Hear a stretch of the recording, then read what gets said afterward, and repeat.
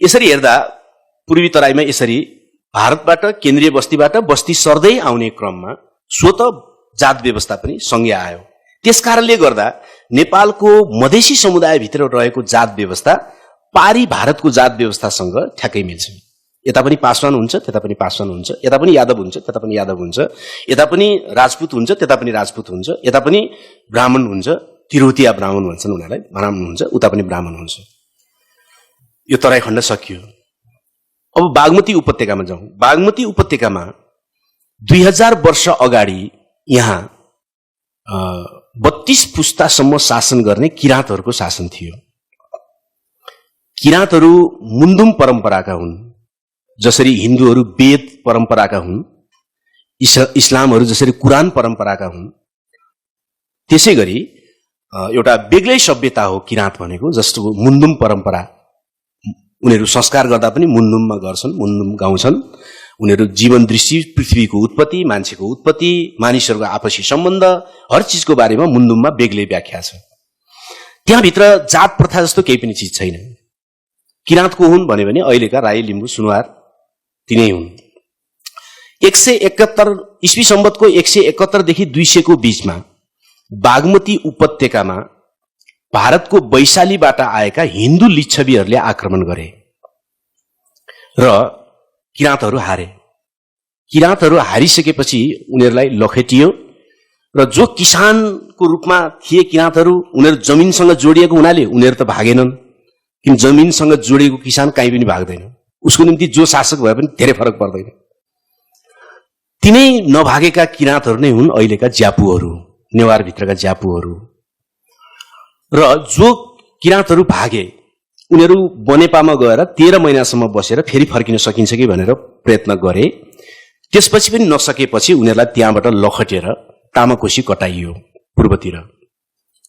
अब कटाइएपछि यहाँ किराँत कालको अन्त्य भयो। किराँत कालको अन्त्य भएर लिच्छवी काल सुरु भयो। मानदेव, अंशुवर्मा, भृगुटी इत्यादि इत्यादि त्यसपछि सुरु भएको हो। यो ईस्वी सम्बत 200 पछि हो। त्यसपछि अब वैशालीबाट आएका लिच्छवीहरूलाई उनीहरू त जात व्यवस्था लिएर आएका थिए। त्यसकारण बागमती उपत्यकामा उनीहरूले 4 वर्ण 18 जातको व्यवस्था लिच्छवीहरूले गरे। लिच्छवी काल कहिलेसम्म चल्यो भन्यो भने 879 सम्म चल्यो। ईस्वी सम्बतको 879 सम्म लिच्छवी काल चल्यो र त्यसपछि मल्लकाल सुरु भयो। अब मल्लकालसम्म पुग्दा बागमती उपत्यकाको जनसङ्ख्या वृद्धि भइसकेको थियो। जनसङ्ख्या वृद्धि भइसकेका हुनाले 1305 पछि राजा बनेका जयस्थिति मल्लले भारतका 5 जना ब्राह्मणहरू बोलाएर, मैनाथ भट्ट, श्रीनाथ भट्ट भन्नेहरू 5 जना ब्राह्मणहरू बोलाएर लिच्छवीहरूले गरेको 4 वर्ण 18 जातको व्यवस्थालाई थपेर 4 वर्ण 64 जातको व्यवस्था उनले निर्माण गरे। यो पढ्नका निम्ति लिच्छवीकालीन अभिलेख भन्ने एउटा पुस्तक धनवज्र वज्राचार्यको हेर्नुभयो भने थाहा हुन्छ। यसरी मल्लकालसम्म पुग्दा बागमती उपत्यकामा 64 जात सहितको व्यवस्था, समाज व्यवस्था भइसकेको थियो र त्यहाँ छुवाछुत थिँदै थियो। अब त्यसकारण यो लिच्छवी कालबाट नै सुरु भएको, जयस्थिति मल्लले सुरु गरेको भन्ने कुरा होइन। जयस्थिति मल्लले अझ थपेको, जनसङ्ख्या बढ्यो त्यसकारण पेसा थपियो। अब जहाँ सहर हुन्छ त्यहाँ पोडे च्यामे हुन्छ, जहाँ सहर हुँदैन त्यहाँ पोडे च्यामे हुँदैन, किनकि सफाई गर्नुपर्ने आवश्यकतै हुँदैन हैन। अब जनकपुर जस्ता सहर थिए त्यसकारण डोम चाहियो। अब गोर्खा जस्तो टाकुरामा भएको ठाउँमा डोम जस्तो केही नि चाहिएन, पानी त्यसै बगेर जान्थ्यो हैन। टोयलेट बनाउने चलन नै थिएन। सहर नभएसम्म त व्यवस्थित टोयलेट बनाउने भन्ने त हुँदैन। त्यसकारणले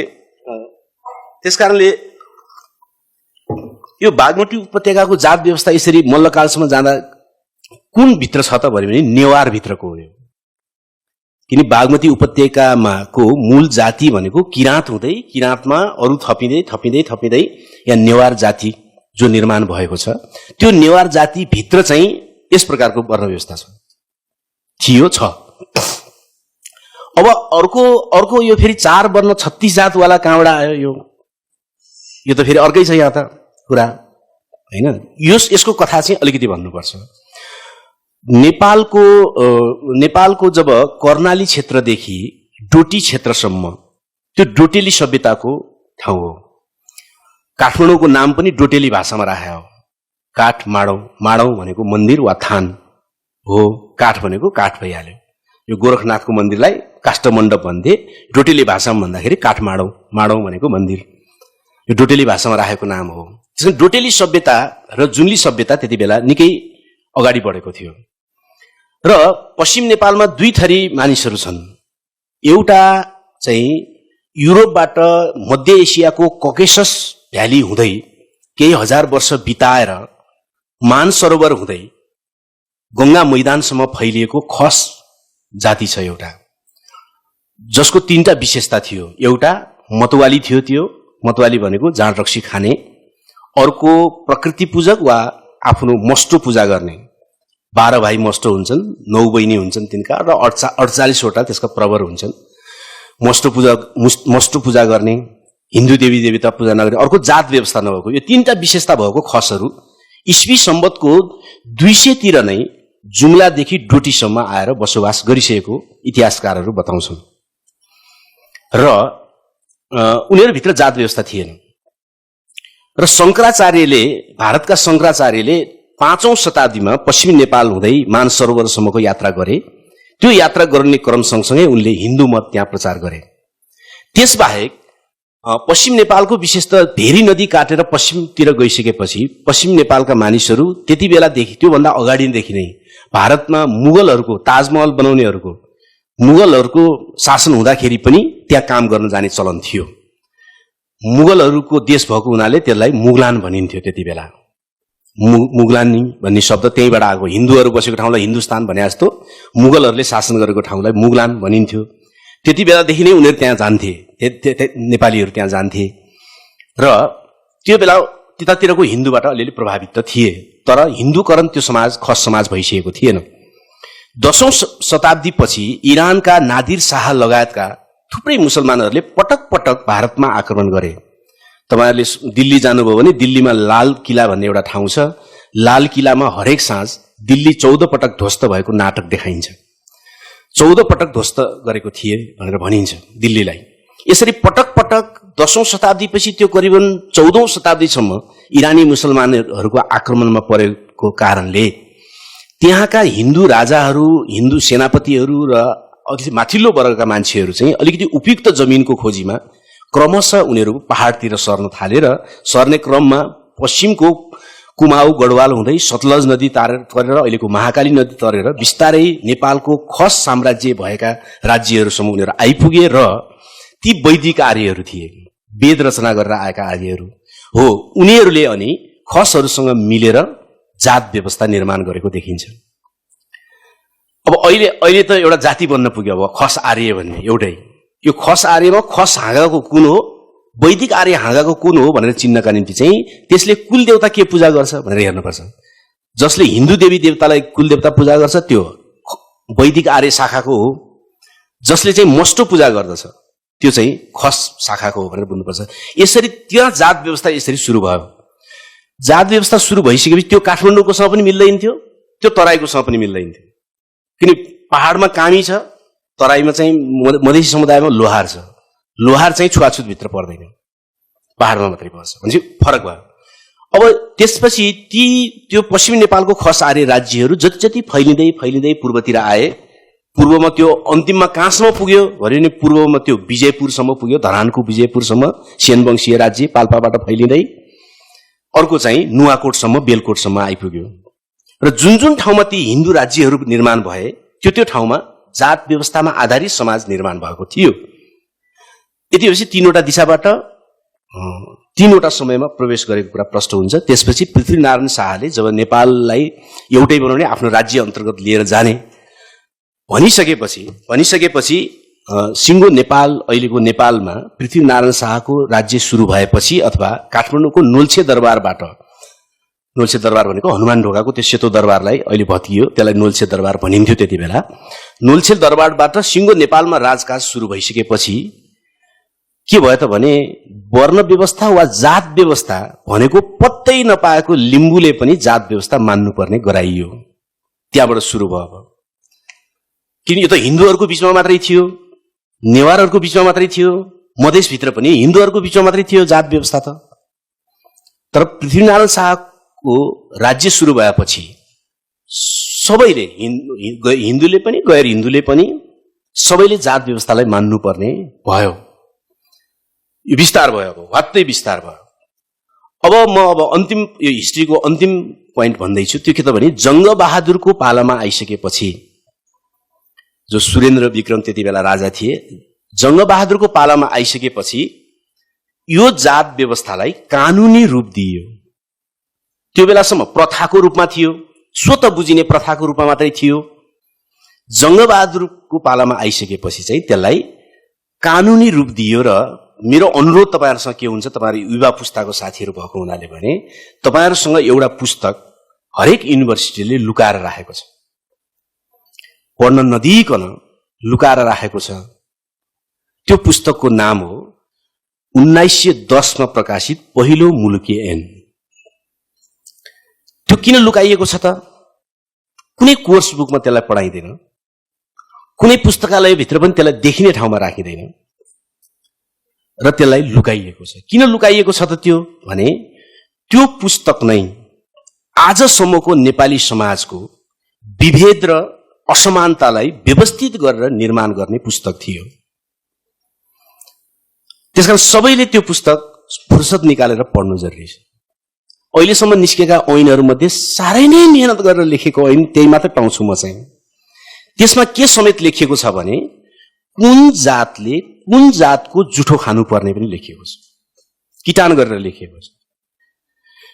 कुन जातले कसको जुठो खानुपर्ने हुने, कसले कसको खान नहुने सम्म पनि सविस्तार बुदा बुदा बनाएर लेखिएको छ। र त्यहाँ तीन थरी मान्छेहरू छन् त्यहाँ कल्पना गरिएका। एक थरी मान्छे तागाधारी भनेर कल्पना गरिएको छ। तागाधारी भनेको जनै लगाउने, तागो भनेको धागो, जनै लगाउनेहरूको निम्ति छुट्टै कानुन छ त्यहाँ।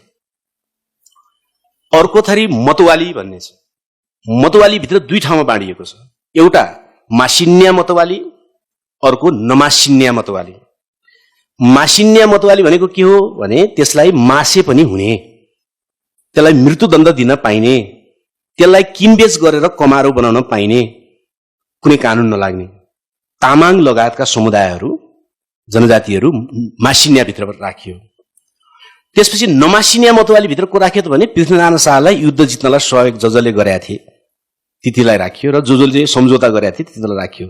राई, लिम्बू, गुरुङ, मगर यी चारवटालाई चाहिँ मासिन्या भित्र राखिएन, मतवाली भित्र मात्र राखियो। मतवाली भने यो बुझ्नु होला कि कौमसल जात भने हो, फेरि बुझ्नु होला जाँड खाने जात भने यो कौमसल जात भनेर मतवाली लेखेको हो। त्यो अहिले बुझ्दाखेरि त त्यस्तो बुझिँदैन मतवाली भनेर छ भन्ने मात्रै हुन्छ। तर किन मतवाली भने त भन्यो भने त्यो चाहिँ कौमसल जात भनेर भनेको। अब तेस्रो कोटीमा को राखियो त भने तेस्रो कोटीमा चाहिँ पानी नचल्नेहरू भनेर राखियो, जसभित्र दुई भाग बनाइयो। एउटा चाहिँ पानी नचल्ने तर छोइहाल्यो भनेदेखि चाहिँ सुनपानीले वा आगोले वा होम गरेर चोख्याउन नपर्ने, त्यो भित्र को राखियो भने मुसलमान, म्लेच्छ भनेर क्रिस्चियन हैन। त्यसपछि नेवार भित्र कुलु, कपाली, खड्गी, यतिलाई चाहिँ पानी चाहिँ नचल्ने तर छोयो भनेदेखि चाहिँ चोख्याउन चाहिँ नपर्ने भित्र राखियो, मुसलमान समेतलाई। अनि पानी पनि नचल्ने, छोयो भने चाहिँ होम गरेर हुन्छ कि सुनपानीले हुन्छ कि जसरी हुन्छ चोख्याउनु पर्ने भित्र चाहिँ कसलाई राखियो त भने आज जसलाई दलित भनिन्छ तिनीहरूलाई राखियो। त्यसकारणले राखियो। यसरी मैले के भन्न खोजेको भने मसँग समय धेरै छैन अब, कि त्यो मुलुकी ऐनले यसरी व्यवस्थित गर्यो कि कसलाई वीरता दिने कसलाई नदिने। तपाईहरु बुझ्नुहुन्छ नि वीरता भनेको? वीरता भनेको जग्गा के जग्गा, त्यति बेला त मूल सम्पत्ति भनेको जग्गा। त्यो जग्गा चाहिँ कसलाई दिन हुने कसलाई नहुने भनेपछि त्यो पानी असल भित्र पारिएका र मासिन्या र नमासिन्या भित्र राखिएकाहरू कसैले पनि वीरता पाएनन्। त्यसपछि वीरता कसले पाए त भने पृथ्वीनारायण शाहको वा जङ्गबहादुरको खलकको नजिकका मान्छेहरू, पुरेतहरू, सबैले होइन। फेरि यो क्षेत्री ब्राह्मण भन्ने बित्तिकै सबैले वीरता पायो भन्ने त होइन नि। यहाँ चलन पनि त्यस्तो छ नि, चुच्चो नाक काटिन्छ भन्नेहरू पनि छन् नि एक थरी, त्यो त होइन नि त। सबै क्षेत्री ब्राह्मण अत्याचारी भए त गरिब कसरी भयो त? त्यो त होइन। त्यसभित्रबाट विकसित शासक बने। त्यसभित्रबाट विकसित शासक मध्ये उनका पुरेतहरू, उनका जर्नेलहरू, उनका हाकिमहरू र अनि उनीहरूका चार किसिमका श्रीमतीहरू हुन्थे हैन, एउटा ब्याइते भनेर राजकुमार जन्माउने श्रीमती हैन, अर्को ल्याइते भनेर बच्चा त जन्माउने देखाउने पनि तर त्यसलाई राजकुमार हुने अधिकार नहुने, अर्को भित्रिनी पट्टिका भन्ने हुन्थे, भित्रिनी पट्टी भनेको श्रीमती त हो तर बाहिर नदेखाउने हैन, अर्को चाहिँ कोठे भनेपछि अब त्यो चाहिँ मनोरञ्जन गर्न राखिएका 4 किसिमका हुन्थे। त्यसबाट नि बच्चा त जन्मिन्थे। ती सबैलाई के गर्थे भने वीरता तोक्थे, यहीँबाट लेखेर दिन्थे वीरता, जिल्ला जिल्ला वीरता, जंगल जंगल वीरता, डाँडा पाखा सबै वीरता, काम केही पनि गर्दैन, सबै किसानहरूले बनाएको जमिन यहीँ बसेर सिंहदरबार बसेर चाहिँ ताम्रपत्रमा लेख्दै वीरता दिँदै। मैले हिसाब गर्दै जाँदा के भेटेँ भने अहिले नेपालमा 7 सालपछि भएका प्रधानमन्त्रीहरू मध्ये अपवाद बाहेक सबै नै ती वीरता पाउनेहरूका खलक रहेछन्, अपवाद बाहेक। अपवादको अध्ययन गर्दै गयो भने मरिच मान्ने त हो नि, अरूलाई किन भन्नु पर्यो हैन। अब बुझ्नु होला मैले भनेको नेपाली समाज। त्यसकारणले मेरो निष्कर्ष के हो भने, हामीले अध्ययन गर्नुपर्ने निष्कर्ष के हो भने, नेपाली समाजको बनावटसँग यसको के सम्बन्ध छ त भने जात व्यवस्था भनेको आधारभूत रूपमा यो टोटल सिस्टम हो। यो जातको आधारमा सम्मान निर्धारण हुन्छ, जातको आधारमा कुन राजनीतिक पोस्टमा पुग्ने भन्ने निर्धारण हुन्छ, जातको आधारमा कति सम्पत्ति राख्न पाउँछ भन्ने निर्धारण हुन्थ्यो र त्यसको असर अहिलेसम्म जबरजस्त बाँकी छ।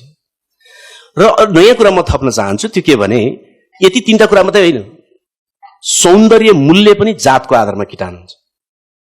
सौन्दर्य मूल्य के सुन्दर र के कुरूप। तपाईसँगै अब युवा पुस्तालाई त्यस्तो नहोला है, फेरि म पूर्वाग्रही पनि होइन, युवा पुस्ताको सन्दर्भ भने होइन, तर नेपाली समाजमा कस्तो हुने गरेको थियो त भने एउटा भनाइ नै म राखिदिन्छु कि एकजना दमाई जो दलित भित्र पर्छ, दमाईको घरमा जस्तो छोरी मान्छेलाई सुन्दर भनिन्छ नेपालमा भनिन्थ्यो, त्यस्तै सुन्दर छोरी मान्छे जन्मियो भने के भन्ने चलन थियो त भने कस्तो बाहुनी जस्ती भन्ने चलन थियो। मानौ कि त्यो घरमा सुन्दर भन्ने हुनै सक्दैन। र प्रत्येक गालीका शब्दहरू यहाँ जातमा आधारित बने। र गाडीमा तपाईँ यात्रा गरिराख्नु भएको छ, तर चिन्नुभन्दा अगाडि, मान्छे चिन्नुभन्दा अगाडि चाहिँ तपाईँ एकदम मिठै कुरा गर्नुहुन्छ, राम्रै कुरा गर्नुहुन्छ, तर तपाईँलाई जब उसको जात किटाउनुहुन्छ तपाईँको दिमागको चाहिँ क्याल्कुलेटर कि तल जान्छ कि माथि जान्छ, नम्बर तलमाथि परिहाल्छ एकछिन अगाडि देखेको मान्छेमा के गनाउन थाले जस्तो, त्यहाँबाट के चाहिँ सिक भए जस्तो हैन। यो धेर थोर भनेको नयाँ पुस्तामा नहोला, नहुन नि सक्छ, तर यो हो भनेको सौन्दर्य मूल्य समेत पनि यो हिन्दू समाज र हिन्दूद्वारा शासित समाजमा सौन्दर्य मूल्य समेत राजनीतिक हैसियत मात्रै होइन, आर्थिक हैसियत मात्रै होइन, सामाजिक हैसियत मात्रै होइन कि सौन्दर्य मूल्य पनि जातको आधारमा निर्माण हुन पुगेको छ। त्यसकारणले मलाई के लाग्छ भने अध्ययन यो कोणबाट नगर्ने हो भने यो गर्न दिँदैन, कुनै युनिभर्सिटीले दिँदैन नेपालमा। जातको आधारमा यो समाजलाई हेर्न दिँदैन, मुलुकी ऐन लुकाएरै राख्छ त्यसले। यो युनिभर्सिटीको दोष होइन, यो त राज्यको दोष कुरा हो नि। र नेपालमा पहिलोचोटि 5 वर्ष अगाडि मात्रै 15 नम्बरको एउटा क्वेसन बनाएर मास्टर्स तहमा, त्यो पनि सोसियोलोजीका विद्यार्थीले मात्रै पढ्ने विषय बनाएर बाहिर राखेको पुस्तक राखिएको छ। त्यो धेरै लामो सङ्घर्षपछि बल्ल विद्यार्थीहरू ओहो यो पनि विषय रहेछ हाम्रो नेपाली समाजको भन्ने ठाउँमा पुगेका छन्। त्यो त राख्नु पनि त प्राविमा हो नि, प्राविबाट दिमाग सुरु गर्नुपर्ने हो नि, तर उसले राखिदिन्छ मास्टर्समा जहाँ दिमाग अर्कै बनिसकेको छ। त्यसले त अध्ययन मात्रै गर्छ, त्यो भत्किनेवाला छैन त्यो दिमाग।